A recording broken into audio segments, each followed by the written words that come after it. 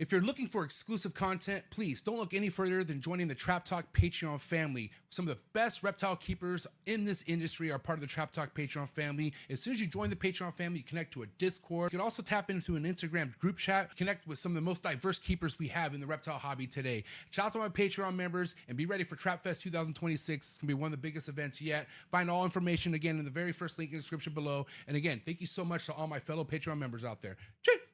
T-minus 30 seconds.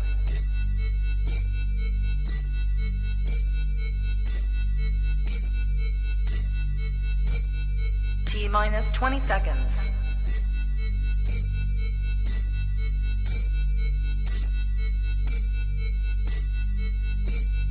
Ten, 9, 8, 7, 6, 5, 4, 3, 2, 1. 0.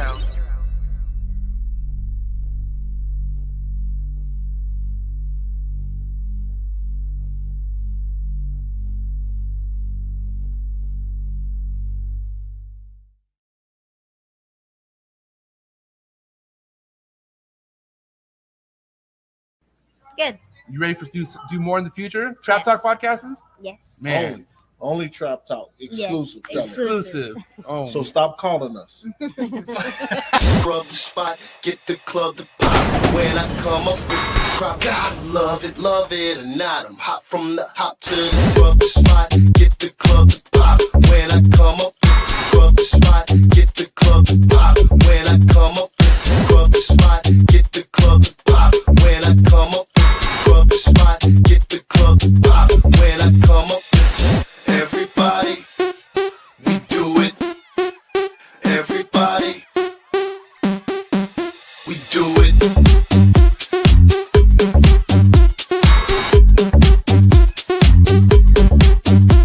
Do it. Do it.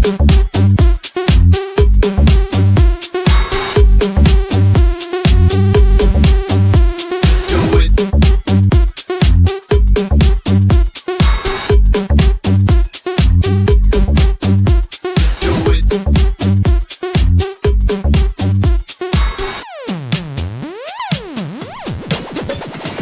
Rub the spot, get the club to pop. When I come up, rub the spot, get the club to pop. When I come up, rub the spot, get the club to pop. When I come up, rub the spot, get the club to pop. When I come up. And we are live on the Tree Tuesdays, episode 766. I'm your host, MJ, and of course with me, Marshall Mendez and Bill Stiegel, the mayor. What's up, fellas?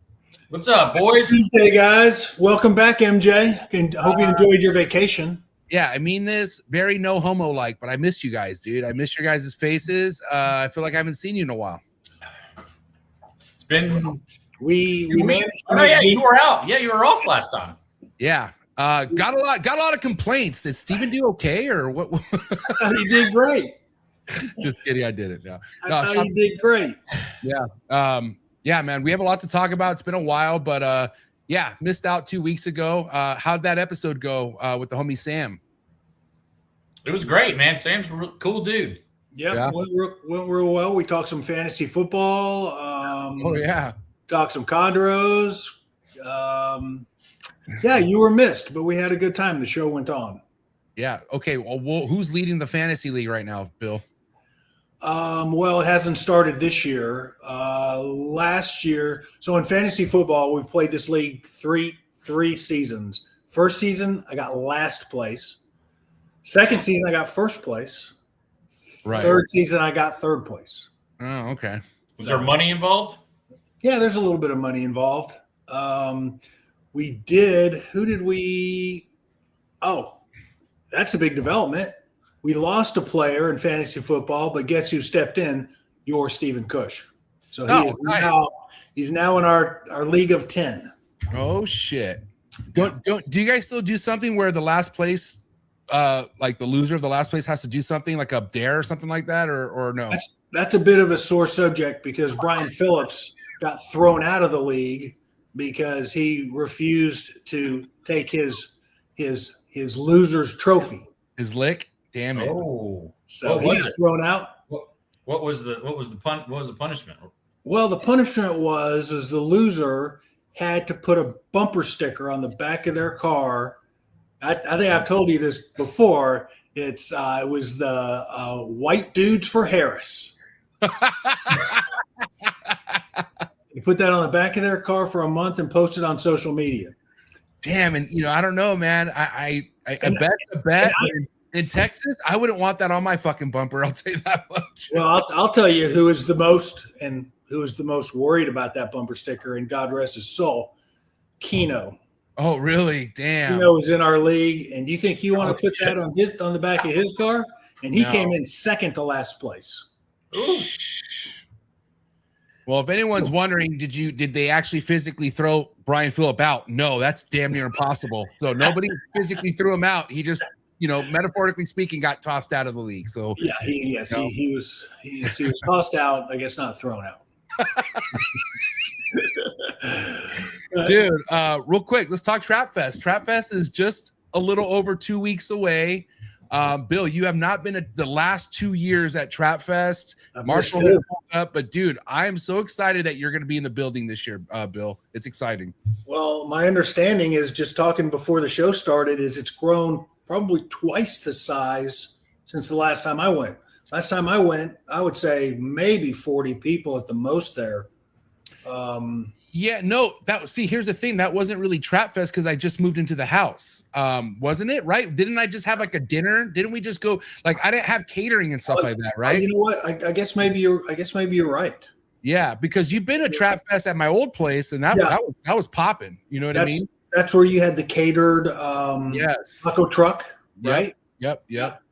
And then it was because I think Lily was so short, like she was almost due with Leo, so we called off having a big party, and we just had it like we had it minimal, and we went out to a pizza, an Italian restaurant or something like that. Yep, that's right. Yeah. But that was 3 years ago. Yes, I've never been with Bill. Yeah, there you go. Yeah, that's what I'm saying. It's gonna be epic. It's gonna be a good one. Me, Marshall, Alex Warren, Greg Maxwell, and D-Lick all hanging out at a place 5 minutes from your place. Yeah, dude, I can't wait. It's going to be epic. And then I'm sure if people are wondering, because there's no NARBC in September, will there still be a party at the mayor's place? So why don't you talk on that real quick, Bill? Yeah, that's an absolute yes. The whole thing was getting the date. We had more flexibility in September. I think September is a great time of year to have it here in Texas. But we are going to stay with September 18th, which was the original Friday before the scheduled Dallas NARBC. A lot of people, including Sal, had already made his airline accommodation reservations. So we're definitely going to continue on. I think it's going to be smaller because the NARBC is not going to be here, which may not be a bad thing. Yeah. I said that may not be a bad thing. I was going to say I'm kind of looking forward to it. If we can get sub 100 people again. I mean, the first few I had here were, in the 40s, 50s. And that was really nice. I mean, I don't want to turn anybody away, but I think we're going to have a smaller number this year. And I think that's going to work into our favor. I just want to know who the next victim's going to be. Who's going to get gurneyed this year? That's what I want to know. It's a tradition. And I just pray it's more safe. I think the more we have these gurney situations, I hope it's not someone hitting their head on the fucking on the pool floor, or that's happened already, or choking on the pool, drown in the pool, choking on their throw up. Well, the good news is Buddy Buscemi has not only RSVP that he's going to be here, but he's going to be staying here on premises with MJ. So we'll have Dr. Buddy available 24/7. Yeah, if needed. I can't wait, dude. Obviously throwing Trap Fest is one thing, but when I'm at your house, Bill, it's just fucking Texas sun, the pool, some good eats. You know what I'm saying? It's more of a vacation for you when you come to my party, and it's more of a vacation for me when I come to Trap Fest. As soon as I open your kitchen door and I feel that AC, I'm like, oh my God, I am home. You know what I mean? I can't wait, dude. And obviously, we have a lot to talk about as far as what's currently happening right now with all of us breeding wise. I think, Bill, right now, you have the most current stuff happening. I mean, you just posted a clutch. I believe it was Diablo Jr. And remind me what that pairing was. Cyanosis. Yeah, well, let's talk about that. How many went the distance? Why don't we explain all that real quick, Bill? Yeah, real quick. Not a great hatchling rate. I think we had 18 eggs, 13 babies came out. So lost 5 dead in the egg towards the end of incubation. All red clutch. This is a repeat pairing between Alex and myself. The babies look fantastic. These babies, it's a bigger clutch. 13 was more. I think we had maybe 9 or 10 the first time. So a few more babies. The babies look better than the first time. I don't know if that will transition to anything. But they are still haven't even had their first shed yet. Okay. So they hatched about a week ago. And then we've got another clutch that's due to hatch, same sire, to Epidemic, which this will be the first time I think she's ever been paired. This is a sister to the Sickness. Not a direct sister. 2 years later, same pairing 2 years later. So we've got, again, 16 eggs that look great in the incubator, due to hatch this week. Wow. Okay. So, yeah. How many eggs? 16 eggs, you said? I think there's 16 in that clutch, yeah. Okay. Due to hatch on the 9th. Yeah. And this is what just came out not too long ago. Yeah, that's the Diablo Jr. or Cyanosis babies. So, Bill, several of them are near patternless, very dark. That's not a great picture. But I know Alex, once they shed, he'll get some better pictures and some videos up. But and then I've got another female that I guess, since we got a little bit of time, since it's the three of us. Yeah. Jay, I'm gonna text you a picture real quick. Sure. Of this female. I thought you said this was it. I thought you said this was it for the year. No. This was supposed to be it for the year. And I've got this again, this crazy story about Freight Train. I paired Freight Train back in with Epidemic again, and I got kind of cold feet because she had gone back-to-back years. And so I got kind of cold feet, pulled him out, never saw any locks. She got kind of thin looking, went off food, shed, and then started roaming her cage. And so Alex and I ultrasounded her a week ago, and I think she's got slugs in her.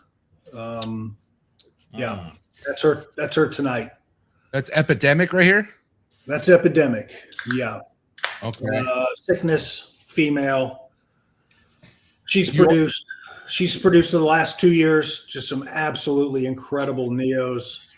But I'm very, very pessimistic about this clutch. This was one of those, again, never saw a lock, never saw an ovulation, did see a post-ovulation shed, which got me kind of thinking, because then she refused food, started cruising. But on ultrasounding her, again, I would be surprised if she's got fertile eggs in her, just based on everything I've seen. Can you tell me what the ultrasound shows that gives you the impression that she has slugs in her, Bill? Like, what is it, because of the size of the follicles? Yeah, the size of the structure. Now, having said all that, she's done everything right in the fact that she's gone an appropriate distance. A lot of times when they slug out, they'll go earlier in their ovulation or post-ovulation shed dictates. She's not done that. She's like literally to the day of what I would anticipate a fertile clutch. We ultrasounded those, what she has in her, they were 32 millimeters, which to me, when I've ultrasounded before, and chondro eggs right before they lay are more in the 34 to 36 millimeter size. So, but again, that was a week ago.Maybe they grew a couple of millimeters in a week.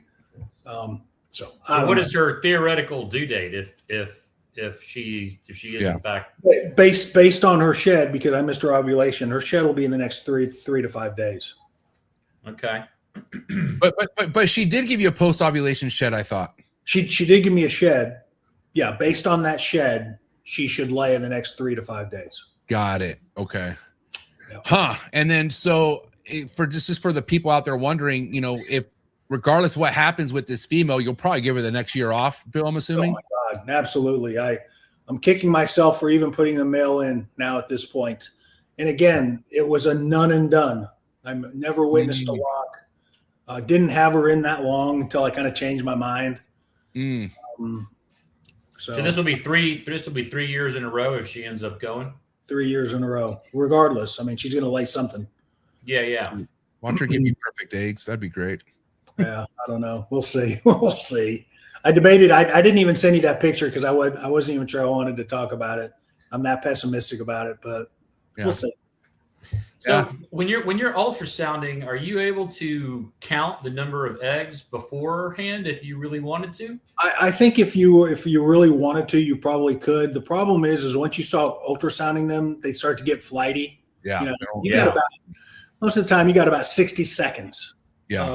Like really good visualization time before they start moving around a lot. And to me, it's not important to know how many eggs or slugs or whatever most of the time. It's just, if I can measure one follicle or one egg and see a few others, then I'm good. Yeah. You know, I was thinking, I think it was Brock Wagner that was doing this, but he ultrasounds them in the water. Did you ever see that technique before, Bill? Where like ultrasounding in water? Never have seen or heard of that. What does he say? What's advantageous about that? I'm not too sure. I think it keeps them like they're just still, like, because you know sometimes they chill in the water and they're not really moving much. Yeah, but ball pythons, when they don't move anyway, I've ultrasounded 100 of them. Yeah, but you soak a lot of females, and I've noticed too when I soak females, when they're in there for a bit and you open the tub, they don't fly out. They're kind of just chilling in there for a little bit. But I think it all depends. Could it be that the water acts as the gel? I mean, because you have to have the gel, right? He doesn't use the gel, right? You use the water. The water acts like the gel. Basically. Interesting. Yeah. I've never done that. Be as precise with it. Yeah. No, I've never heard of that. Maybe does he have a video out or anything like that? I'll try to reference it. I'll try to go back and see, or I'll just hit him up. Like, hey, do you still have that video of you ultrasounding females? It was on his story, I think 2 years ago or something like that. He was just, but I think that's how he does all his ultrasounding, if I'm not mistaken. So interesting. Yeah, I'd like to see that. Learn something new. And also too, why I feel like ultrasounding is so crucial is because, you're talking about how much can these eggs grow in a period of time. And like, let's just say Epidemic gives you a fucking beautiful clutch. That's going to be very interesting how those follicles went from the numbers that they were at throwing you off to like, holy shit, actually she gave me good eggs. Sure. A week or 8 or 9 or 10 days later. Yeah. Have you been tracking that have you been keeping records on that in the past, or once you see that a female's gravid, then you just stop? Have you been tracking the progress? I have not kept really good records or progress of that. I pretty much, know what you need to see when you ultrasound them, either small follicles, medium-sized follicles, big follicles, or eggs. That's basically all and we'll measure for fun and stuff like that. It was pretty cool to measure a girl measure her eggs right before she laid, like 2 days before she laid. That was pretty cool to be able to see them. That's the one, you remember we saw the embryo heartbeat? Remember that? Yeah, that was cool. Remember that video that Sal put out, right? Sal put that video out, didn't he? I think so. I think Sal or Alex, one of them did. But yeah, that was right just days before she laid. And that was pretty cool to see that embryo start beating. So on this topic, boys, one of the things we're going to get into, well, the main topic for tonight is going to be egg bound, with the females going egg bound. I had my second female, Mimi, right behind me.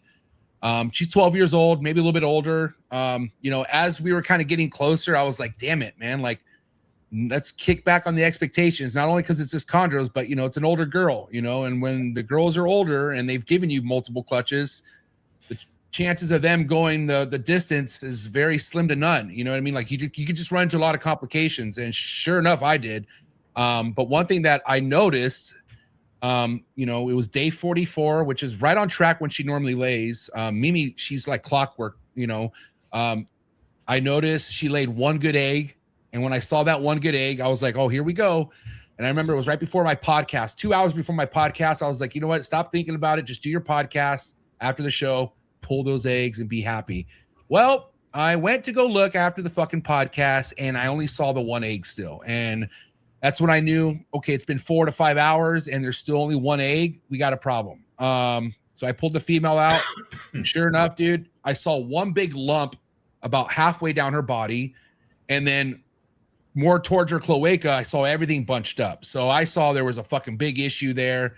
I was like, you know what? I was hoping for the best and was like, okay, let's give her till overnight. Maybe this one egg that she pushed out was an early egg. Sure. And the rest are going to come, right? You would think. But no, the next day comes along and I see another egg. And that's it. And I'm like, well, fuck, I pull her out again and that lump's still there and everything else is still bunched up. But the first egg she laid looked like a normal fucking beautiful, healthy egg. Veins were great. The next day this egg was literally double the size. Oh, wow. Yeah. And so I was like, fuck. And so shout out to my boy, Juan, Juan, Marshall and Bill, he's been in your place. Shout out to Juan. He came over and he helped me with my other girl that I went egg bound a year ago, but same thing. He came over and I went straight to fucking work. Got 9 of them out of her. And these eggs were gigantic. Like they were noticeably much bigger than that first egg she laid. And I don't know what causes that. I don't know. Have you guys ever noticed an abnormal size egg compared to the other ones before? I mean, enough for you to realize or notice it? Any of you guys when it comes to that, Bill or Marshall? I've seen girls have big eggs, but usually that's associated with small clutches. Well, yeah, here's the thing. Yeah. Big eggs, big neos, small clutches. Yeah. But I've not seen like a clutch where one particular egg, most of the time when you see a clutch, all the eggs are relatively the same size. Yeah. So she unless there's slugs in there too. Yeah, right. yeah, of course. So like I said, she laid that one good egg on her own. The second egg she laid looked like a good egg. It was just a lot bigger. And then I remember I pushed out 2 slugs out of her. And then after the 2 slugs, 5 really big eggs came out of her. And again, noticeably bigger. I don't know if that was the issue why she couldn't get them out, but she normally lays 17 to 18 eggs. This time she only gave me 9 eggs. So almost half of what she normally does. But like you said, Bill, less eggs, but bigger size, big time. And I just don't know. I don't know. I mean, first and foremost, there's only so much we could do as breeders, but I don't know if there was something that I caused or anything else that could cause for that to happen. Because the other female that went egg bound for me, she was a real small girl, but her eggs were gigantic. Like they were fucking huge. And that was her first clutch. It wasn't like she was older or anything. It was her first clutch. And the eggs were just gigantic, dude. And I wish we could really figure out why that is. And just wanted to get your guys' take on that, and what you guys think. I've not really noticed any correlation between the size of the female and the eggs. I mean, there's been times when I thought, oh, this female's not very big. She's going to give me, whatever, 6, 8 eggs, and she'll lay 12 or 15, and vice versa. I've seen where big, huge female and she only lays 7 or 8 or 9. So I don't know. I don't know that there's any way anything you could do to alter the outcome. I agree. I don't think there's any way you can control the size of a clutch or the size of an individual egg. Not that I can think of. Yeah. And again, the eggs, I will say, compared to the first egg bound situation I had where the eggs just looked like there was no chance whatsoever. There was 5 of these I got out that looked, they weren't calcified fully, but they super strong veins. They were big, of course, but as I gave them 24 hours in the incubator with no lid on, they seemed to start calcifying, and Ryan always told, Ryan's like, yeah, they'll kind of get your hopes up for the next 2 days or so, and then they'll just go to shit. And that's exactly what happened. So they all looked good, as far as the next 48 hours after I got them out. And then those 5 went to shit. The second one she dropped the day after I noticed she was egg bound, that egg went to shit. And of course, just like last time, she gave me one good egg that looks solid as shit and it looks good. So all right. It's not a crapshoot. We got one thing to bank on. And, you guys remember the story with Fish, right? And how Fish was the only good egg out of 17 slugs. That was her last result before breeding this year, 2 years ago. She gave me one good egg and 17 fucking slugs. Well, this time she gave me one good egg and 6 other gigantic eggs that I had to shove out of her. That all went to crap, unfortunately. But you know, so when you say you got them out, like how? What do you think, Marshall? I know, but like people want to know how. I know. I just hate talking about it, but whatever. I did this to myself. So, you know, remember Steven Saltzman? He was on the show, and not too long ago, and you know, I went right back to that episode because he was able to save his female from, you know, kicking the bucket after her going egg bound. So I studied everything he said, gave her a long soak. And then, you know, I was talking to Lucas, you know, Luke Snakewalker, you know, the guy, the homie Lucas, he's right here in SoCal. Oh, yeah. So he had a female go egg bound, and instead of soaking her and physically pushing him out, he took her to the grass and hit her with the hose. And sure enough, like how we do with emeralds that can't shit right, she put her tail up and just squeezed out the eggs on her own. So I was like, well, that sounds a lot better than me physically going in there. So I sure enough did that. I took the snake, put it on my grass, hit it with the hose, and sure enough, the tail was curled up and you could see her trying to push, and not a fucking thing came out. And I was like doing that for like 30 minutes, and I'm like, yeah, I'm gonna have to get in there, dude. And she still had the mass in the middle of the body, you could tell, and she was pushing it, but it wasn't moving. Yeah. So, you know, Juan came over, he kind of had the head, he had the upper body, and I just slowly started massaging him down. And it took a while. It took like 30 minutes to get the first one and get down to the cloaca. But once I got that first egg out, it was just like, boop, boop, boop, boop, boop, boop. They just all started like, they all started easing their way out. But the fucked up thing is, well, I for sure had to cut both oviducts. There was no saving our oviducts because the oviducts were literally attached to the egg. Like they were stuck to the egg. So even, you know, I've heard from Socrates and other people, if you make a tiny slit, you should be able to slide them out. These weren't sliding out even with the slit. Like you literally had to peel it off. And every egg that came out was attached to the oviduct. It wasn't like they were coming out. So when you squeezed them out, the oviduct came out with the eggs. They came out in the whatever, the sock. Yeah, every single one except for the slug. The slug was the only one. 2 slugs that I pushed out just came out as slugs, but all the other ones I literally had to cut out, like with the scissors. Mm-hmm. And as I got towards the last one, I saw her blowing a bubble out, which the other one did that right before it died. So I thought Mimi was a goner. Like I thought, oh man, this is terrible. My first chondro, what a way to go. But you know, I got that final egg out of her, put her in the soak bin and put her in her closure. And what's crazy is I went to go check on her before going to the gym, and she's literally sideways with her mouth open. And I'm like, yeah, she's gone. I was like, oh, here we are. And so I go to touch her and she fucking flinches her body. And I'm like, oh my God, fucking scared the shit out of me. I was like freaked out. And so I was like, all right, maybe she's not dead yet. I'm just going to go to the gym. And I took the top off the soaking bin. And I was like, you know, if she wants to crawl out, she could crawl out. And so I get home from the gym expecting to put a chondro in the freezer. And sure enough, she was out coiled in the corner of the cage, just like with her head out looking. And I'm like, son of a bitch, she's still alive. And then I'm thinking, I'm going to go to bed, then wake up to a dead chondro for sure. Like she's going to be dead tomorrow. And she's right there. She's not dead. She's alive right here. So live and perched. Yeah, live and perched. She hasn't eaten yet. She doesn't have the shakes or anything. She's not interested in eating.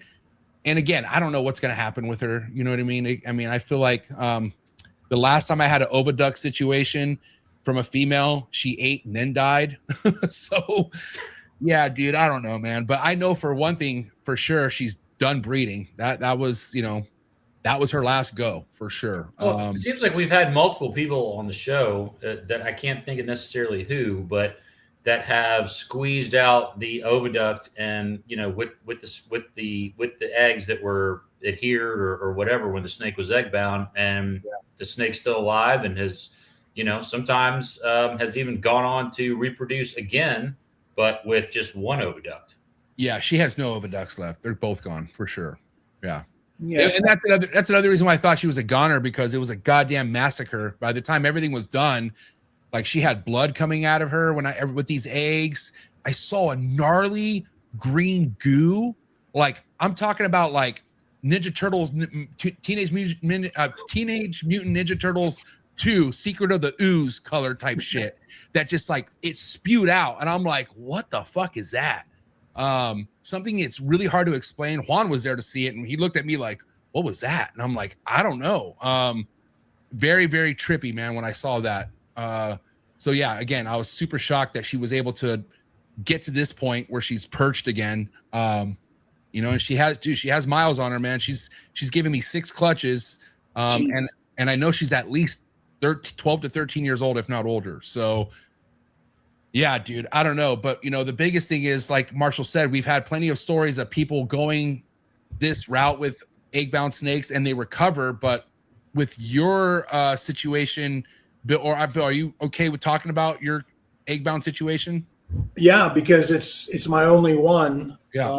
Well, I take that back. I had an egg-bound situation in a Borneo shorttail about 15 years ago. Okay. But the only chondro egg-bound situation I've had was very recently, but she wasn't egg-bound. She was slug-bound. So she's got, she laid 2 slugs, and then again, we ultrasounded her. She's got a few more slugs in her. I can't tell exactly how many, but she recovered very quickly. She's back on her perch. She's had 2 meals, hasn't taken a shit yet, which will kind of be, I think, a kind of a defining factor if she can have a normal crap. Yeah. But she's got at least 2 or 3, probably more like half a dozen slugs in there. And, you know, this is always such an interesting topic to me because none of us are reptile vets, right? I mean, yeah. I often question how much, you know, we should be pushing the limits on what we do and how much we intervene. So it's an individual keeper's decision about what they want to do in situations like that. I chose to do the non-invasive path where I'm going to just take those 2 slugs and put her back in her cage. And if she lives, she lives. If she doesn't, she doesn't. You know, MJ, you took a different approach. Well, only because I was talking, shout out to Ryan Young, but Ryan he was, you know, kind of coaching me through this. And he's like, well, you have 2 things. Like you could, you know, say, fuck the eggs and just let her do her thing and let her figure out what she's going to do with those eggs. Or because she's technically laying around the same day she always lays, there might be a chance, like it very fucking slim chance, but could be a chance the eggs. Yeah. And so I was, since I knew this was her last year breeding no matter what, and she went to my most powerful male that I have, the Socrates Optimus Prime Fluttershy, I was like, well, yeah, we're going to try to save these fucking eggs, you know? And yeah, didn't work. Maybe Ryan knows, I know he's in the chat, but I have never heard of an egg that got palpated out of a female that survived. Well, Same. I do. Actually, I thought we had somebody on the show that said that they saved one and then it Brian went on to Fisher. hatch. Yeah, Brian Fisher. Shout out to Brian Fisher. You know, obviously after the eggs came out and I kind of was getting high hopes about it, I went to Patrick and Brian in our chats and I'm like, yo, what do you guys think about the eggs? And Brian was like, leave that top off for like at least 48 hours. And I'm like, how? And I asked them both, since they've been around for so long, I was like, do you guys know of any situation where these eggs had to be removed out of the female due to an egg bound, and did the eggs make it? And he had 1 egg that he got out that hardly calcified. Like it was kind of like the exact same situation as mine. 48 hours into it, became calcified, and that snake went the distance. And that's the only time I've ever heard that ever happening. Same. Every other story, the only time too. Yeah, every other time, every other story I've heard, the eggs just go completely to shit. Yeah, and that was my expectations. Like, you know, again, like I kind of was getting excited because after 24 hours, I could see them becoming chalked up, like they were getting white, and I was like, oh shit, you know. And again, like the embryo was clearly right there. You could see the embryo, you could see the veins, and I just thought, like, oh my god, I might have saved these eggs. No, I didn't. And I think probably your main concern was, you know, we want to see if we can save the mom, right? I mean, yeah, the eggs are secondary. If you think doing justice by the mom is to get those eggs out of her, which I think is a viable, a viable reason to do that. I think saving the eggs would be secondary to, trying to see if the mom can survive. Because I don't know if she would survive with 9 full-sized eggs, in her. And the way they were stuck to the fucking oviduct, like there's no way in hell I don't feel like she would have got them out. But I will say this: shout out to Vinny, VC Reptiles, our boy over there in just gonna New York. say, mention him. Yeah, he had a egg bound situation where he didn't physically pull him out, and he let her just do her thing, go back on the perch, and he fed her. And after he fed her, she took a shit and pushed out the eggs with the shit. And the eggs looked super, like, they look mummified. Like they were, clearly there was no way in hell they were ever going to even be worth incubating, but she got them out. And, females, it's alive. And so that's kind of what I'm hoping happens to my girl, that we just let it take its course and she doesn't have a bunch of slugs in there. And how old is she? How old's Mountain Drew? Oh gosh, would have been her 3rd clutch. Yeah. So I don't know. She's probably 8 years old and 9 years old, something like that. Right. And again, like when we're breeding females the way we're breeding them, they don't have much in them after 10 years old, right? Like 10, I feel like is like their cutoff. Yeah. I think, much after, if you're breeding females every other year and you can get them to be 10, 12 years old, you're doing pretty good. Yeah. It depends when you start them too, right? I mean, yeah, how young but if you get 4 clutches out of a female, I would say that's probably, I don't know what the average is, but if you get 4, that's a win in my book. And that's what I chalked it up to. I was like, man, like I already, Mimi's already put in so much work for me, and I knew her breeding days were over after this. Like even if she would have gave me a good clutch, I knew this was it. You know what I mean? Yeah. And again, I'm glad I helped her out and got her to where she's at. I don't know what her future is going to look like as far as, being alive. I guess time will tell. Once she eats, we'll take it, the next step. But it's like you, Bill, you want to see if they can even shit again first and foremost. Yeah. Eating's important. And I think shitting's just as important. So let me ask you guys this, God forbid we have another situation like this. Bill, you feel like doing what you're doing is always going to be the move? Like do the soaking, but not invasing, not physically pushing them out, you feel like is best? I don't know. I really don't know. Again, I come back to the fact that none of us are exotic reptile vets. I think every situation is different. How many eggs are in there? How high are the eggs? Are any of them close to the vent?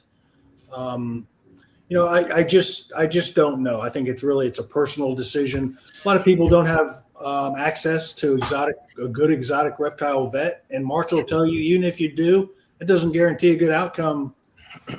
When you bring your animal to an exotic reptile vet.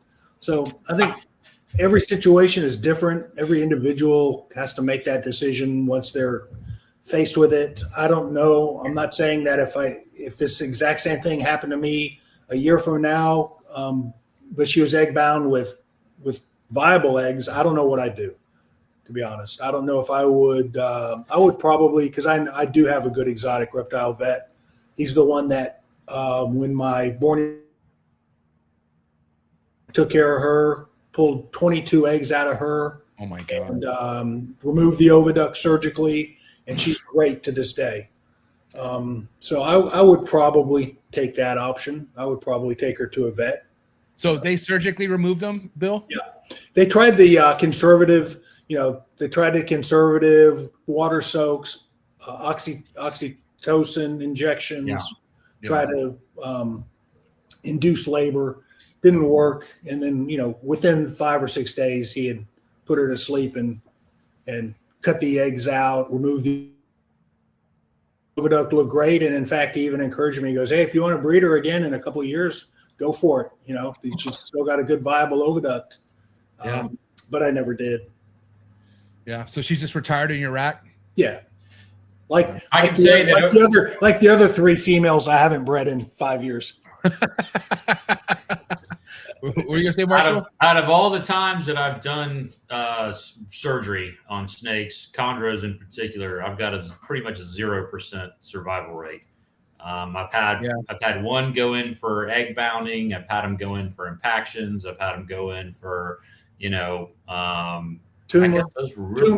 Tumor. Yeah, tumor. Every time, they may come out and live for a couple of days, but for the most part, I've got a 0% success rate with any snake that's gone under the knife. Now, a snake that I've taken in for respiratory infection, I've had plenty of them recover with antibiotics and injections, but it's a surgery. Yeah. And I don't know, part of me thinks that it's, we're kind of doing like, we're kind of keeping ourselves in the same, because think about it. Like I would think that just the way that human medicine has advanced and the way that veterinarians can treat dogs and cats, it's really just how many reps you get in, right? I mean, if you don't take the snake in, then if this happens in 20 years, are we still going to be doing the same thing? Is the snake going to die? Because you can't really advance reptile medicine, right? Unless you get the reps in for whatever condition. And that's true. So I don't know. I don't know. I think part of me, it's like as breeder, a dog or a cat is a different thing because they're pets for most people, whereas I don't consider my snakes pets, I don't think you guys do either, really. I mean, you're not really sentimentally attached to them. You're not going to, mortgage your house to get cancer surgery for the snake or, whatever. Like a lot of people do for their pet companion pets. But is that kind of holding us back from really being able to move the needle as far as, advancing how successful a reptile vet can be? Yeah. I think it all lands with having a good vet that you trust. And I don't have that. Every vet here in San Diego, I look at as like a shady mechanic. Like, I'm like, I'd rather do this myself than fucking, because every time I have gone to the vet, they hit me with a list of shit that they rather do first, which comes out to thousands. And I'm like, no, like it doesn't even really make sense. And what's crazy, I've even gone down like this estimate, like, do we need to do this? Do we need to do that? And they'll say, no, well, you don't have to. And why are you recommending it then? Like, what the fuck? You just want me to pay you all this money and hope for the best? And so they're like, yes, exactly. You catch on quick. No, again, like, shout out to Bill for having a vet he trusts. I think we should do an episode with Dr. Scott Stahl. That would be good. That would be good. Yeah. Because he's one of the best for sure. Hands down. Yeah. You know what I mean? The thing is, there's just not a lot of them in the United States. That's for sure. And that's what's crazy. I mean, what do you guys think? Why do you guys think that is? That's why I was very careful to preface my comments with, if you have a good exotic reptile in your area, because I think so few of us probably do. And if you do, how do you know you do? Now, I'll tell you the vet that I went to, and I'm totally blanking on his name, but maybe Marshall will remember, because I've told Marshall this story with the Borneo. This young man was Marshall's snake boy. Oh yeah, Jordan Gentry. Dr. Gentry was Marshall's snake boy in Alabama, right? When he was an undergrad, before he even went to vet school. Yeah, I mean, I wouldn't say snake boy like Alex. I would say. But you had a relationship with him. He knew who you were. Yeah. This was when the kid was in college. And now he not only goes to vet school, but he does an exotic reptile vet fellowship. Now, how many people out there are there that do that? Yeah. My animal was in very good hands. And he told me he was very nervous. He had done an egg-bound surgery before, but never in a short tail. But again, I haven't talked to him in quite a while. Is he still there in Texas? He left our area. I don't know where he went. But no, he did leave the Dallas area. I mean, but you would think a short tail is pretty hardy, like a ball python. Like I think they would. I think I would be comfortable doing a short tail versus a fucking, a weaned chondro who. I agree. I agree. They're more sturdy. They're more bulky, but all the stuff that goes along with surgery and, it would have been great, MJ, if you could administer antibiotics to your female. She's a setup for infection. Yeah. After palpating those eggs out, it'd be great if you could give her some antibiotics. Yeah, but what kind of antibiotics? Like, what would you guys do? Like the same shit that they give them after getting an RI, or like, what are you talking about? Yeah, there's really broad spectrum antibiotics like Fortaz. Yeah, I could get Fortaz. I could get that. That you give them an injection once every 3 days. It would probably increase her odds of survival, but who knows? I mean, dude, if I know she's surviving, she's just gonna go to my dad's house as a pet because everything pays rent in this room. And no offense, but once you're done, you're out of here. And it sucks to say because Mimi's my first chondro ever, but Love does not live here anymore. Okay, so no, but honestly, I'm gonna hit up Krista. Shout out to Krista. That's my vet homie, first and foremost, and she can get me some good drugs to maybe help out Mimi because I do. At the end of the day, she is a special snake to me. I do hold some sort of sentimental value because, Lily got her for me in 2016. She was a Craigslist fucking pickup. And, apparently captive bred, but there was just no documents supporting that. It was just like, oh, I swear this is where she came from. But yeah, I don't know, man. This is kind of, but I got to tell you, the whole sentimental value thing is probably ending with Mimi. After this, I'm just kind of like, all right, what's next? You know what I mean? And yeah, what are you going to do? Marshall, how many times have you dealt with an egg-bound situation? A lot or not just really? No, just once. Yeah. Yeah, just once. Who was that? And you took that animal to a vet? I did. Well, I actually I've got a AZA certified reptile vet that's my neighbor. And she's a neighbor and a friend. She has done all kinds of stuff at the zoo. She's done a heart transplant on a gorilla. So she's done all kinds of all kinds of zoological medicine. But I had one situation. She came over to the house. We tried the soaking. We tried squirting like lube, KY jelly up there to kind of try to, loosen things up, and nothing worked. And she ended up going in there and doing surgery, and Snake never, recovered from that. That's been my one experience with it.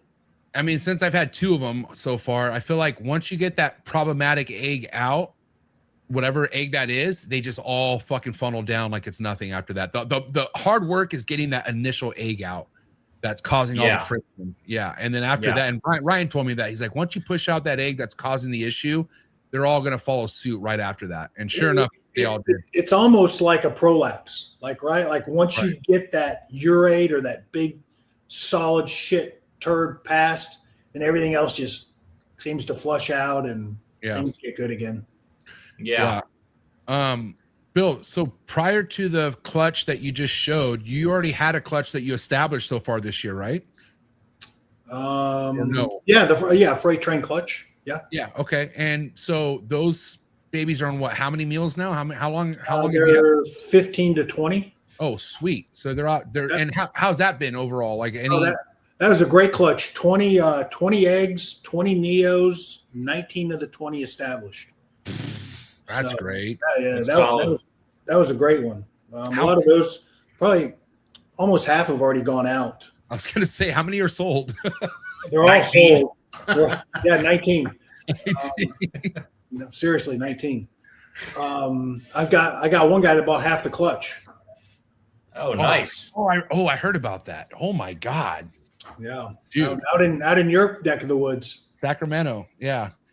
That guy is he's a big timer. You know what I mean? He has he was, and I don't want to say his name, but he was the guy who he ordered 15 heretics from Focus Cube, those fucking really big, insane enclosures that they have that are like kind of bioactive. He got 15 of them for his basins. All his basins are in those.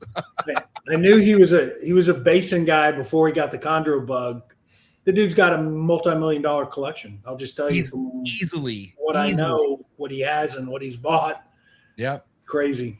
And he's on Alex Warren's bumper about some of his shit already. It's like Alex has already sold him some shit. I know. Give him my number. I don't know what I could do for him, but give him my number. He's the kind of guy. I swear, I have 2 guys on my speed dial, and they go, if you ever decide to sell any holdbacks, let me know first. And he's one of them. You're like, you're going on speed dial number 2. I got you. See, I got my wife, my daughter, my son, and then that guy. These are numbers that come through even when your phone's on do not disturb, right? Yes, absolutely. Hey, we got a super chat question for Marshall. It's kind of a good question because obviously with the chain of events Marshall's had this year with Versace, Jeff William Ham said, what is Marshall's strategy for the albino project now that Versace is no longer with us? So I've got one definite het female. And so I guess the kind of dream strategy would be that the albino that I think is female ends up being male. If that happens, then I'm golden. I still don't have a definitive. I haven't been able to get a definitive shed one way or the other. But I'm just leaning towards female just because she's just, just acts like a female. Doesn't shit very often. You kind of have to coax her to shit, either soak her or, whatever. So dream strategy would be that snake's a male, and then I've got plenty of posset females. If that doesn't work out that way, then I have also, multiple 66 and 50% posset males. And the deal would be to kind of, start just mix and match, plug and play, breed the most mature 50 or basically the most mature male that I have with the known het. And if something happens, great. If not, then the next time move to try another male. So this is one of the times when, holding back all the males that I've got, I think I've probably got my sex ratio now is probably pretty close to even, which in the past, it's always been very heavy on the females. But, now that Versace has passed, I'm kind of glad that I'm sitting on, quite a few males to try out. So that's really kind of the strategy for now. So best case, like you said, this being a male would help your situation. But even if this is a female, I mean, you just got to wait longer. That's right. Yeah, exactly. You just got to wait longer. Obviously, Marshall, you would want to put a 66% in over a 50%. And if they're males and she's female, then you should, by the time she's ready, you should have a 66% possible het male for her, right? Yeah. Oh yeah, I've got a male for her right now, 66% male. I've got multiple ones. That's where you would start then. Sure. Yeah. Those are good odds, brother. And I've got other posset females too that are of age or coming of age. So it's just going to be a matter now of trying to find the right, the right plug and play till I find the right combination. Yeah, Bill had I think it was two podcasts ago we had, where you can't really determine a snake male or female until you see the fucking eggs, right? But for the most part, you feel like behavioral maneuvers that these things have kind of give you an indication what they are. Like, for instance, not shitting as frequent. How accurate do you think that's been for you, Bill? Like when it comes to a female not being as active, a female or a snake that's not shitting as much as the other ones. Have all those lined up for you, Bill, over your experience? It's hard for me to comment on that because I probe them. I probe them when they're 16. Yeah, I could solve this real quick by probing her. I have noticed, like in retrospect, that female, but by the time I recognize that she's holding her shits or she's bigger than a male of the same clutch, they're 3 years old. And, sometimes, most of the time it's okay, I don't care what sex really an animal is until it's about 3 years old. Yeah. because it's not going to change anything other than if you're going to, keep a bunch of males or a bunch of females or whatever. But and this snake now is just over 2 years old. So, now would be the time. If it's going to be a male, I would think within the next 6 months is when I would get a shed where you should be able to tell. You would be able to tell. But the bottom line is it's not going to change anything, right? No, it's not. It's not going to change anything. So I'm definitely not selling it, right? So unless you name it something that it's not meant to be, like I did. I gotta tell you, I was I got a snake from Vinny, a pure Biak, and I love this snake, man. But it's over 2 years old, doesn't move much, and so of course I name it Valentina, and I'm like, cool, what a cute name. You're gonna be Valentina. Well, Valentina has 2 big dicks now, okay? now the A turned into an O, and it's Valentino. But it doesn't Valentino too. But dude, serves me right. I was pretty confident. I was like, yeah, you know what? I haven't seen plugs. You're over 2 years old. You don't really cruise much. You're a female. No, you're not. You're a male. So I tend not to name any of my snakes until they're proven, until they sire or lay a clutch. I don't tend to name them. Yeah. Let's add that to the list of things I shouldn't be doing, but I do it anyways. I don't fucking know. Yeah. Or you can be like Buddy, and he doesn't name most of his snakes even after they've proven. They're still WPB 11.01, I've named very few. Versace is pretty much the only chondro that has a name. Yeah, I do name the basins because that's just what you do, I guess, with basins. Everybody with basins have names, but well, I don't know. After the sickness, Versace, and the list of other sick ass names that've been on there, I feel like it's important for me to name my chondros. I agree, and I think if nothing else, it's a good marketing thing to name them. For sure. Oh, here comes Ryan talking shit. You guys name your snake? Oh, fuck off, Ryan. Okay. I guarantee he names snakes. He's just acting like he doesn't. All right. He probably names his turtles. Oh, he'd never name a snake, but man, every turtle's got a middle name and it's got like a three-part name. I know. Names it skinks. Once I get my snake from Ryan, I'm naming it Super Ham for sure, regardless of a male or female. It's gonna be named Super Ham. 1,000%. But come on, really though, like the names kind of like that sticks to people's memories. I mean, iconically Sickness first and foremost, and Versace, like those names are thrown around all the fucking time. I think it definitely helps. I think it helps. John Irby names all his snakes, and people, Dude, John Irby with the name is pretty wild, bro. He has this thing called Dildo. Yeah. Yep. And Black Velvet Elvis. Yep. He's got names. Bill, you name a lot of yours, and I name all of them once they stick here, they stay here, and they're proven. I name them all. Yeah, and I think also you should be careful how you name your males. Like, the male I had, my most powerful male that wasn't doing any breeding at the time, his name was Doogie Howser. I'm like, well, what the fuck, dude? No wonder he's not nailing any pussy. His name is Doogie Howser. Okay, you named him boy. Yeah, and so I switched his name to Lex Luthor, and sure enough, he went to Pound Town right after that.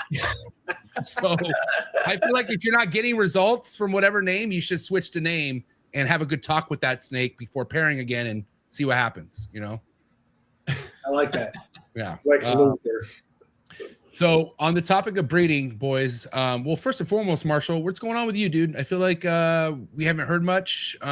Is that due to the lack of action? There's not much to report on the chondro front, at least. I have paired snakes about once a month. The last time that I had any snakes together, I had Versace paired up literally probably 2 or 3 days before he died.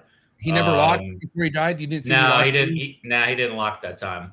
And so I'm surprised Marshall didn't duct tape Versace's tail to the female. Just come on, one more. Come on, one more time. So after that, I tried after he died, I tried a 66% male that I have. That's it's a 2016 snake. He's actually a sibling to Garrick's Apollo. Is that the high yellow one that he got? That just had he just got a really nice clutch from, which he proved it to be red dominant too, which is kind of cool because he bred it to a snake that was the dam was yellow. So so this snake's it was Apollo's brother, and absolutely wanted nothing to do. Like, he was scared. He went under the paper when I put him in the female's cage. And this is a snake that has been constantly cruising, has been off feed. It's like a male that you think wants to breed. And I haven't spread him around to multiple females yet, but with this female, he was scared of her. So, so I don't know. I think I'll just keep trying over the next couple of months. And then if nothing else, I'll just go back to, try him in the fall again. I've got an Amazon tree boa that I think is going to be gravid just by luck. And then I've got an emerald that I think, I don't think she's gravid yet, but I am seeing some locks, 2 50/50s. Nice. So, fuck yeah. So 2 50/50s just make more 50/50s, right? I'm sorry, my math is nothing. Okay, cool. Yeah. How's that female eating right now? Is she pretty aggro with her food, or what's her? Dude, yeah. This is the biggest emerald that I've ever had. She's one of the, both my 50/50s came or were produced by Rico, so they're 2007s. So they're coming up on, they're what 19 years old now.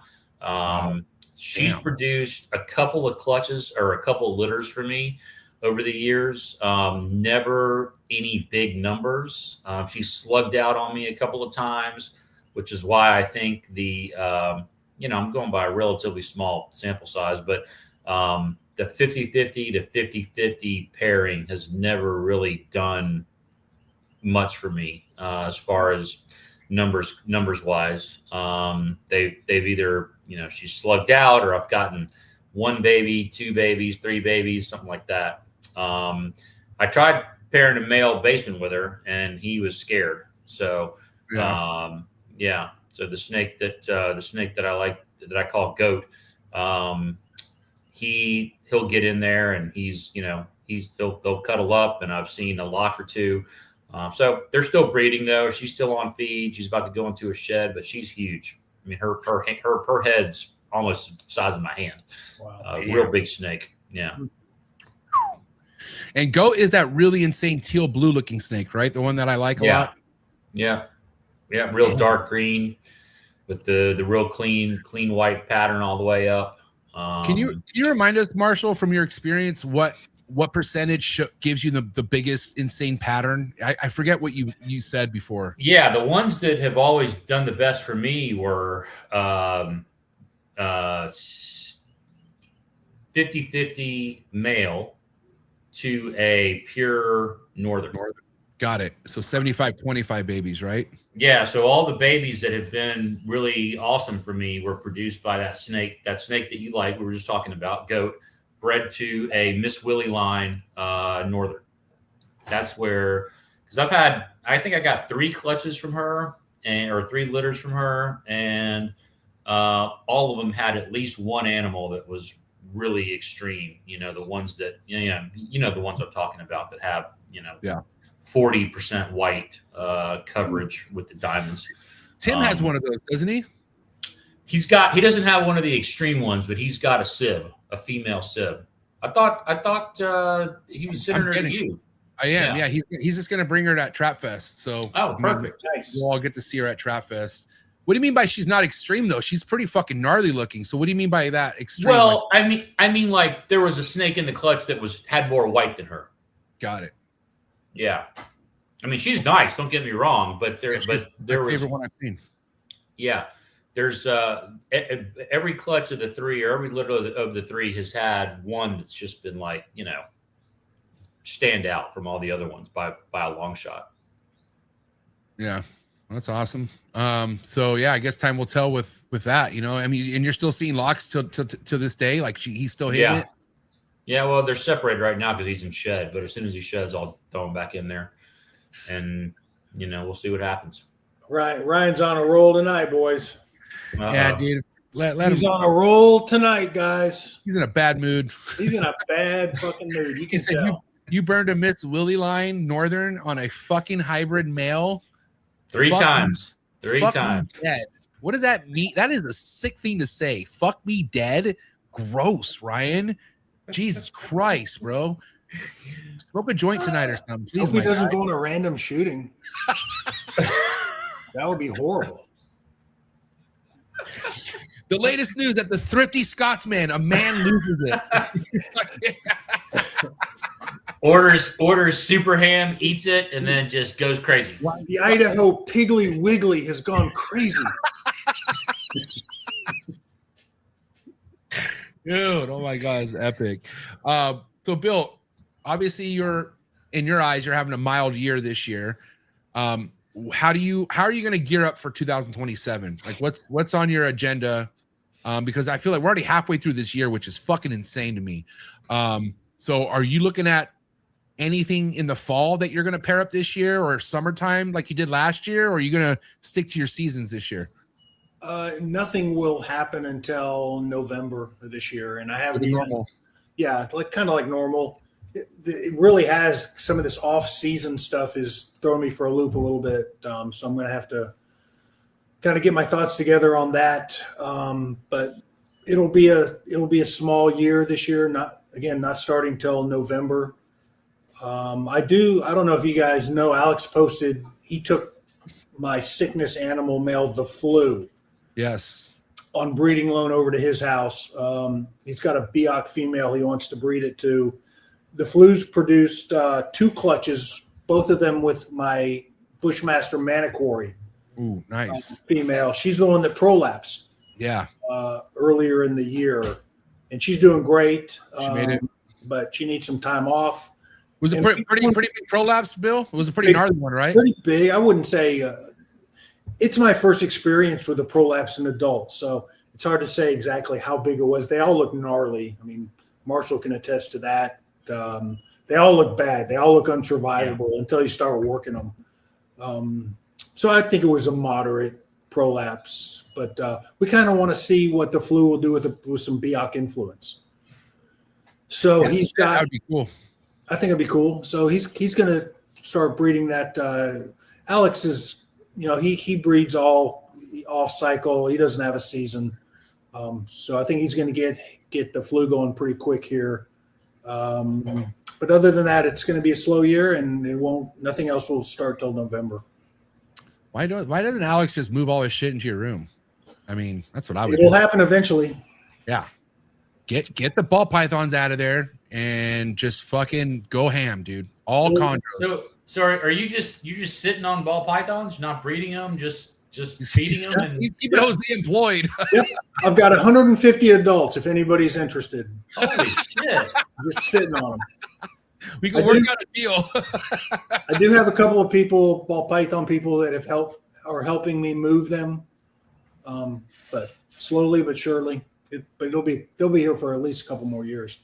Well, think with what you have, Bill, they're really good, like pet breeder snakes. Like as far as they're not high end, but they sell easily because how beautiful they are. If you want to put the work into ball python projects and you want to vend locally, you can make a decent living or side gig out of these animals. But they are what they are. They're not top line. They're not triple recessives or carrying, crazy krypton or whatever the newfangled ball python genetics are. They're just your eye candy.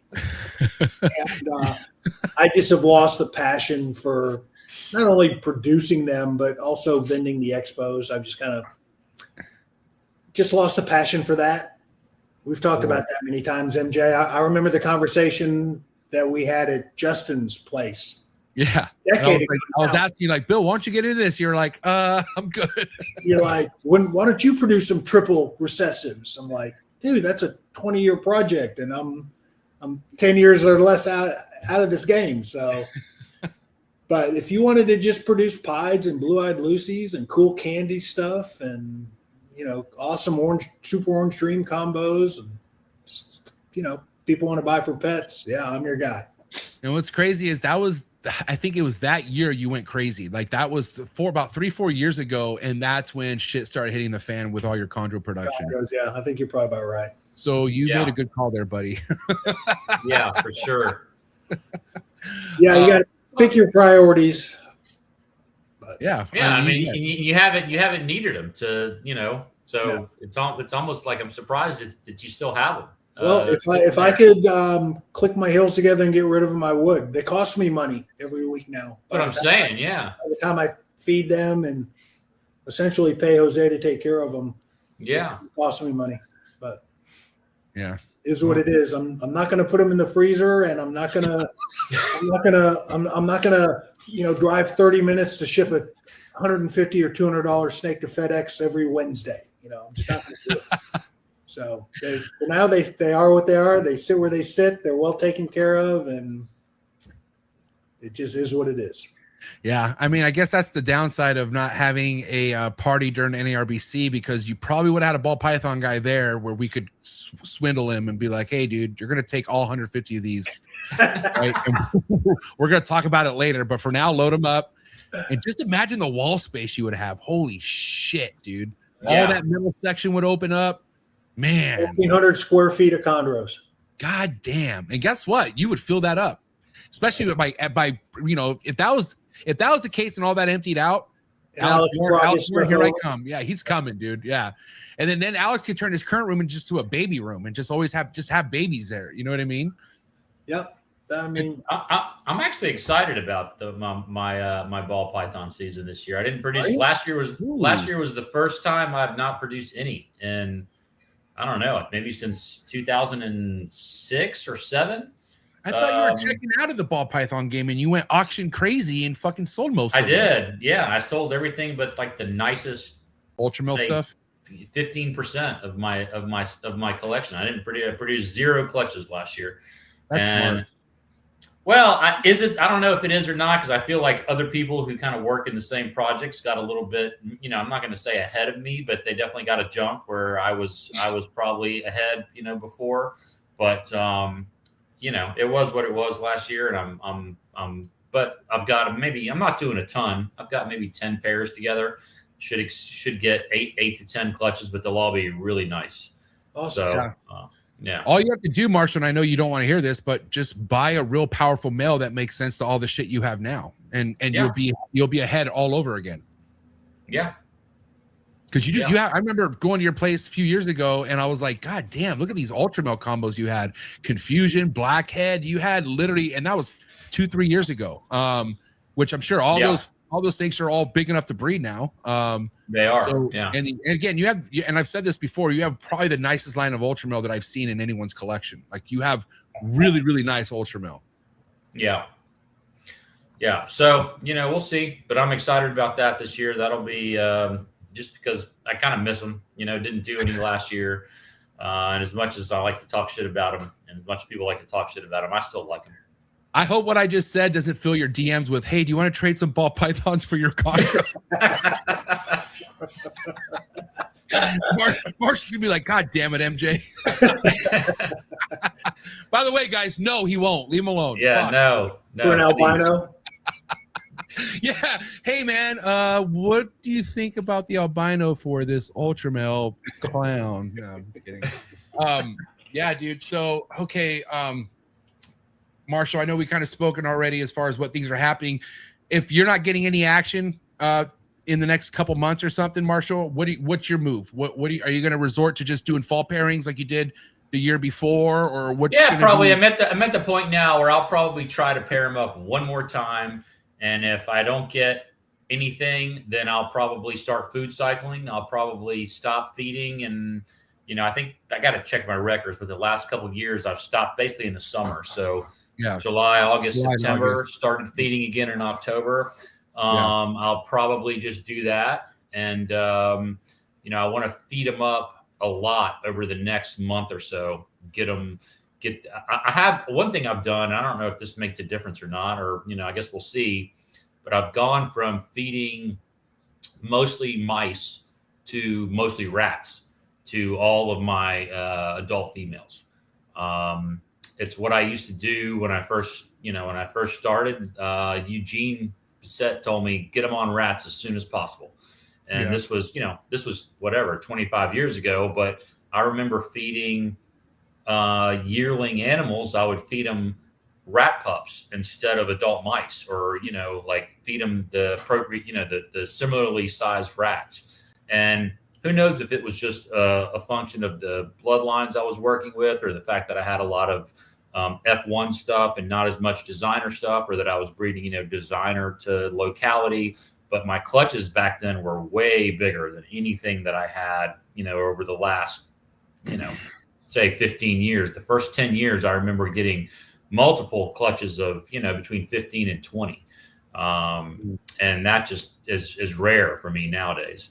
And I don't know if it's because of the rats. We talk about it all the time, that it could be the designer, that it's everything is kind of more concentrated blood now. Or one thing that has also changed is the fact that I've changed from feeding mostly rats to mostly mice. Yeah. So it's funny how it's kind of gone back and forth, cycle back. Like, you read Maxwell's book, he fed his females medium rats. Like, I've never fed a medium rat to a female chondro, no matter how big they are. But I do feed small rats. Yeah. All my adult females. Yeah, and that's what I'm doing now. I would say moderate sized clutches. That Garrett House of Blues. Oh my God, how many 30 egg clutches can that guy pump out?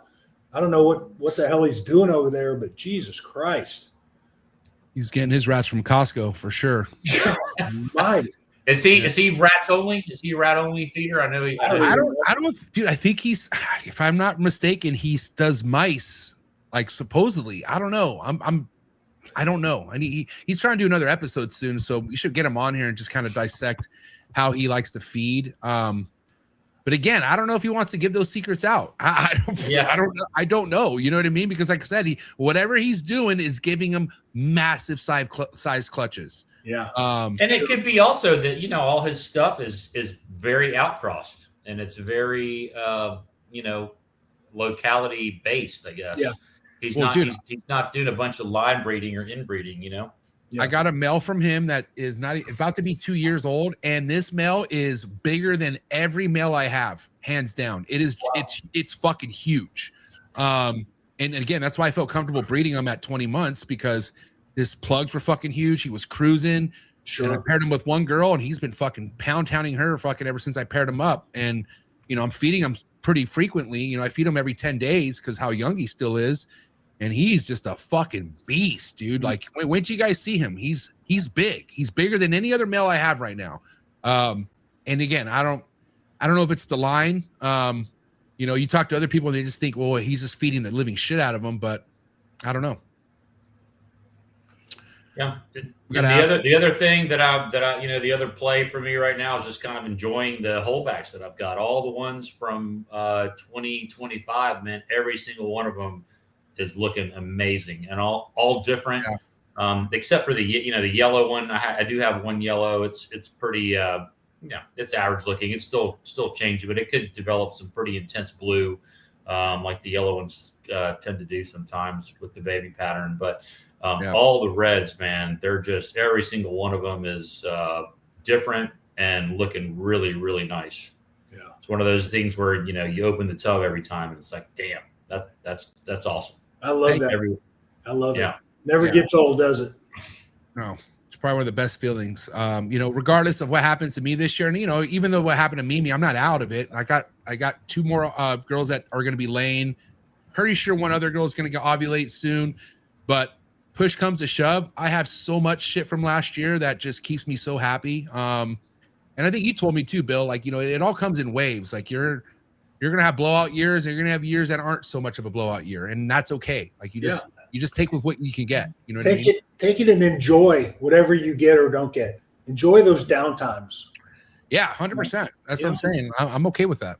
Yeah, absolutely. Especially after the year that you had last year, man. Yeah. Please take a rest.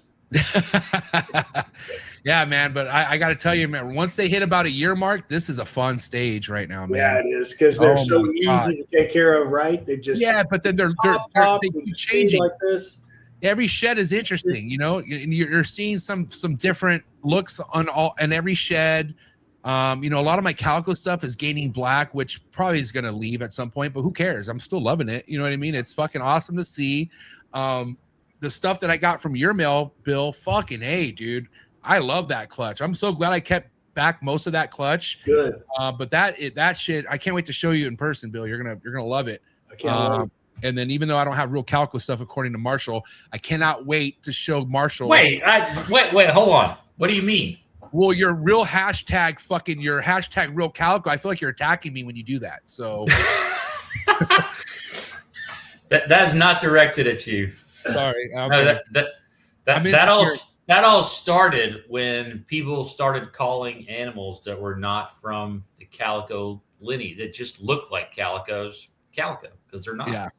Or people that are calling animals that are from calico lineage, they're calling them calicos. Yes. When they're not. They don't have the calico traits, even though they came from calico lineage. Right. Well, see, that's where I'll disagree with you, because if they're calico lineage, in my book, they're calicos. They don't have to have the look. It's the bloodline, not the look.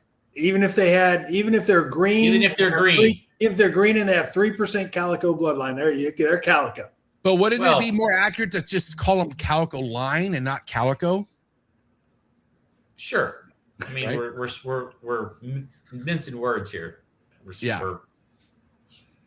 Well, I'll tell you one thing. Anyone with their percentage count, they could kiss my ass. Okay, whatever fucking percentage calico you think you have, you're fucking probably wrong. Probably wrong. Yeah, that's true. Stick your percentages up your ass, 110%. I got a lineage chart, and it leads to fucking Maxwell shit. So I know what I got. You know what I'm saying? But again, leave a comment. A green calico is like a Jag sib. Ooh. That's epic. Damn, Brian, he's something else, man. Love it. All right, let's wrap this up. You know, my question for you, Bill, you know, anything you're going to change next year breeding as far as tactics, food cycling? Because again, we always talk about going full circle and switching things around. You've done switches with incubation. You've done a lot of changes throughout your years. Anything different going into 2027? Nope, absolutely nothing different. The only thing that I've gone full circle is this whole notion of decreasing incubation temps. So the last 2 weeks, of the incubation cycle, I'm down. I'm not down with that anymore. I'm going back to my original 87.5 straight bait till they come out of the egg. This last clutch, we lost 6 animals out of the egg, either dead in the egg or pipped and stick their head out and then die. That was a classic 87.5 until 10 days before, and then drop it to 86.5 and then drop it to 86, segmentally dropping those incubation temps, the last part of incubation, and that's what I get out of it. So yeah, you're done doing that, and just 87.5 the whole way. And that is what traditionally, statistically, over 15 years has got me the best result in hatching chondros. So the one you just had split with Alex, that looked like good results. You went 87.5 the whole time there? I wouldn't consider it good results. I mean, we lost 6 babies. Oh, you lost 6. We lost 6 animals at the end of incubation. Okay. So no, I wouldn't consider that good. But there was, what was the clutch you had where you went back to 87.5 and they all came out perfect? That was the last freight train clutch. Not freight train. 20 out of 20. All right, so you're not dicking around. You're going back to that. Just going back 87.5. I'm tired of screwing around with those temp drops. No, Marshall, I pray to God you switch something up. So what are you going to Why? Why would you change anything? Because your ratio has been very bad. Okay, that's why. Terrible. All right? It's been terrible. Yes. Okay, terrible. But I would say there's some extraneous factors going on that maybe have had my eye off the ball in the snake room the last year and a half or so. but hopefully that's all coming to an end soon. So, my God. Dying laughing. Dying. So yeah, I think if anything, I will use a drier incubation medium this time, and hopefully that'll help with some of the. Because if you'll remember, the I guess when you were here last, when we went to Bob Boo's show, yeah, I had like close to 40 eggs that were hatching. I know. That year, and I got 8 neos out of that. So who knows what the cause of that was? It could have been, like I said, man, it could have been a number of things. User error. Yeah, could have 100% could have been user error, man. But I'm gonna try the lesser, a little bit drier incubation medium, and I think I'm gonna try. I'll do the food cycling again. The first time I tried that was that year, and had pretty good results with it. Tried it again this past year. It didn't really work out, but who knows if there was other reasons why.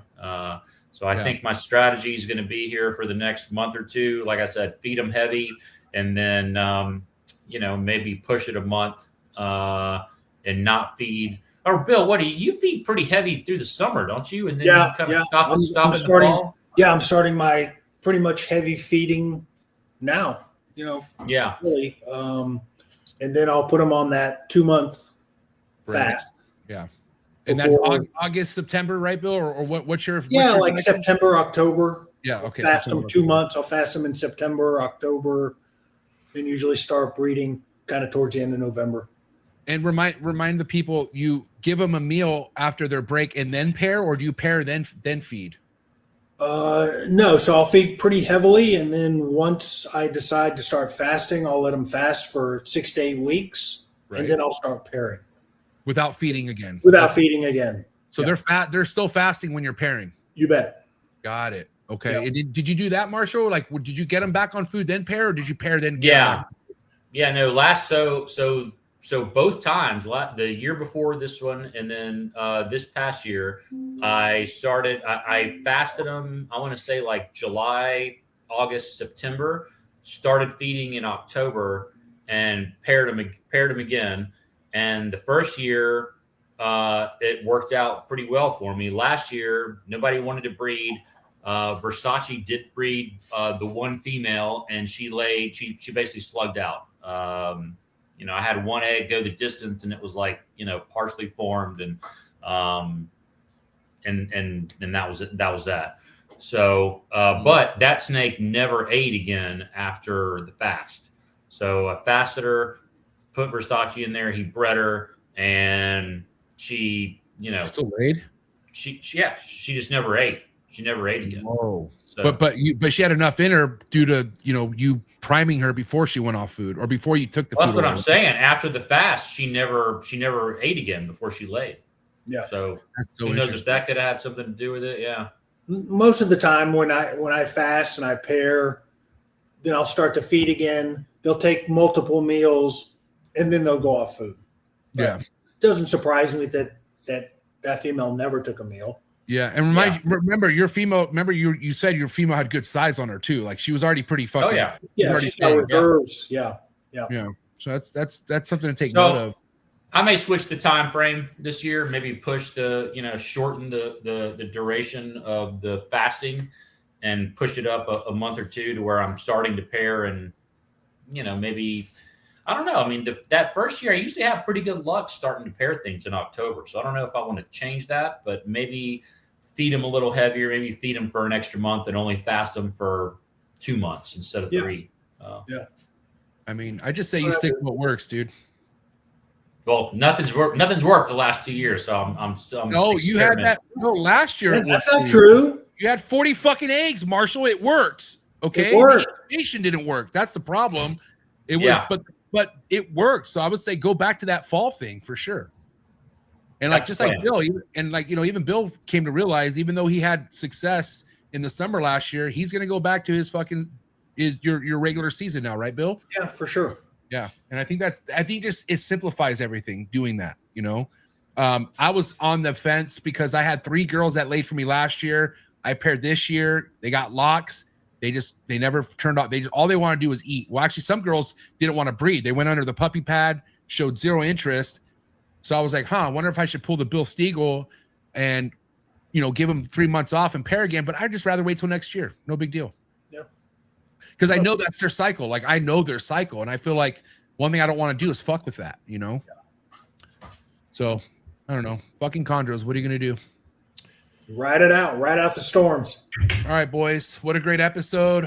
Let's see. I think next episode will be the week of Trap Fest. Holy shit, that's gonna be epic. Wow. So we're gonna be pretty pumped up in 2 Tuesdays from now. So I'm already pumped up. No shit. I cannot wait to see you guys, man. Nothing's better than hanging out with you guys. And Ryan, thanks for not coming. Fucking whatever. Hopefully Ryan Go name your turtles, Ryan. Go name your turtles. Yeah, go name your fucking turtles, dude. Jesus Christ. Yeah, and Gary, thank you for not coming as well. Oh, that was expected, dude. I think there's a Taylor Swift convention that weekend, so he ain't coming to us. I'll tell you that much. But yeah, boys, appreciate you as always. Red Mountain Herbs on Instagram, and of course, go subscribe on IG. Phoenix Reptiles. Give it up. It's a wrap for Marshall and Bill Stiegel, ladies and gentlemen. See you in a couple of weeks. See y'all next time. It's a great episode, guys. See you in a couple of weeks. All right, great episode. I hope you guys appreciate what went down tonight because it was nothing but awesomeness from my man Marshall and Bill. This is your first time listening. Please do me a favor, hit that subscribe button. If you hit that notification bell, select all. You'll be reminded every episode released out of the network 7 days a week, Monday through Sunday. You get a brand new episode all about reptiles right here on this network. And just to remind you guys, you can listen to all these episodes on all major audio platforms. So go after it, go at it. And again, shout out to anyone who's a part of the Patreon. If you want to join the Patreon to get more information on Trap Fest, click the very first link in the description below. New merch coming. All right. And again, just to remind everyone, this year's Trap Fest design was from Carly. Shout out to Carly. So if you guys want something amazing design for your reptiles, hit up Carly, Coastal Morelia. She has skills when it comes to this. But appreciate everyone again. Catch you guys here Thursday. I got a double header Thursday. It's going to be quite an epic Thursday for anyone out there who wants to watch Trap Talk. So shout out to all my sponsors. Find the link in the description below. Have a good night, and I'm out.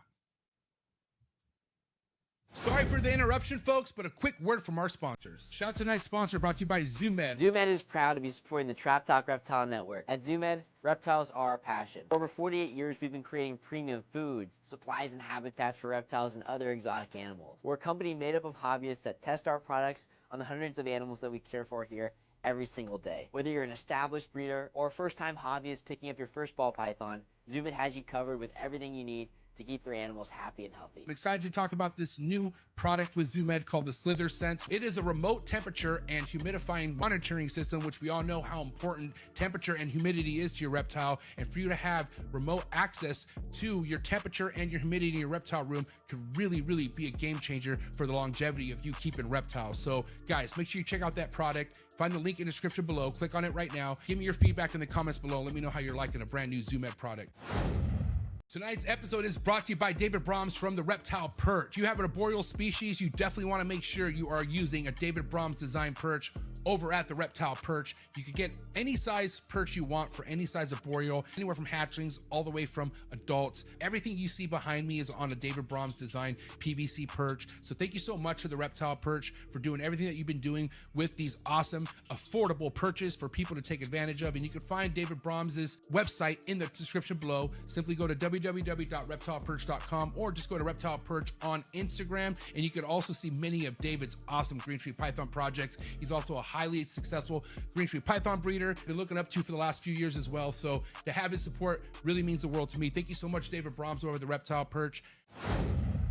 Shout out to Focus Cube Habitats, the #1 PVC enclosure in the reptile industry. Hands down, everything you guys see behind me are 3x2x2 PVC design enclosures by Stephen and Ashley over at Focus Cube Habitats. My entire room at this point, all Focus Cube Habitat enclosures, and that is for a real reason. My reptiles love them. I've had majority of these Focus Cube Habitats behind me for over 6 years now. So guys, if you're looking to expand your reptile room and get yourself some new enclosures, no better place to visit than Focus Cube Habitat. You head over to focuscubehabitats.com and see how many different design enclosures you could choose from. And you can also follow them on Instagram and stay updated with all current new enclosures on their YouTube channel. So thank you so much, Stephen and Ashley over at Focus Cube Habitats. and I think I got new enclosures in the driveway, so I gotta go. Shout out to Folks Q Habitats, you are the best. Tonight's episode is brought to you by Mark Hager over at Texas Chondros. If you want to talk to somebody who likes to put people on the map, you have to go follow TX Chondros on Instagram. He has put on some of the biggest breeders out in Texas, out on his platform on Instagram. Also displays some of his own amazing projects on his Instagram. You could also simply go to his website, see what pairings he has going on for this season, and also see his previous productions. Mark has been working with yellow neonates on top of red neonates, and his passion for this hobby is second to none. He's also mentored a lot of people like myself. So thank you so much, Mark Hager, for all your support. And if you guys really want to know how it is about building a community, then you got to go check out Texas Chondros. Thank you so much, Texas Chondros, for all your support. Cannot wait to see what you're all about in the 2026 breeding season. Thank you for all the fellow support. Thank you so much for anyone who watches the Trap Talk Reptile Network. Hit that like button. If you hit that subscribe button, hit that notification bell, you'll be notified of every new episode dropping here out of the network 7 days a week. And also by hitting that like button, hitting that subscribe button, it pushes this network out to other new keepers coming into the hobby. So by you doing that, it does more than you think. So thank you so much again for all the support. And if you're not already a subscriber, please hit that subscribe button. We're doing big things over here and we really appreciate it.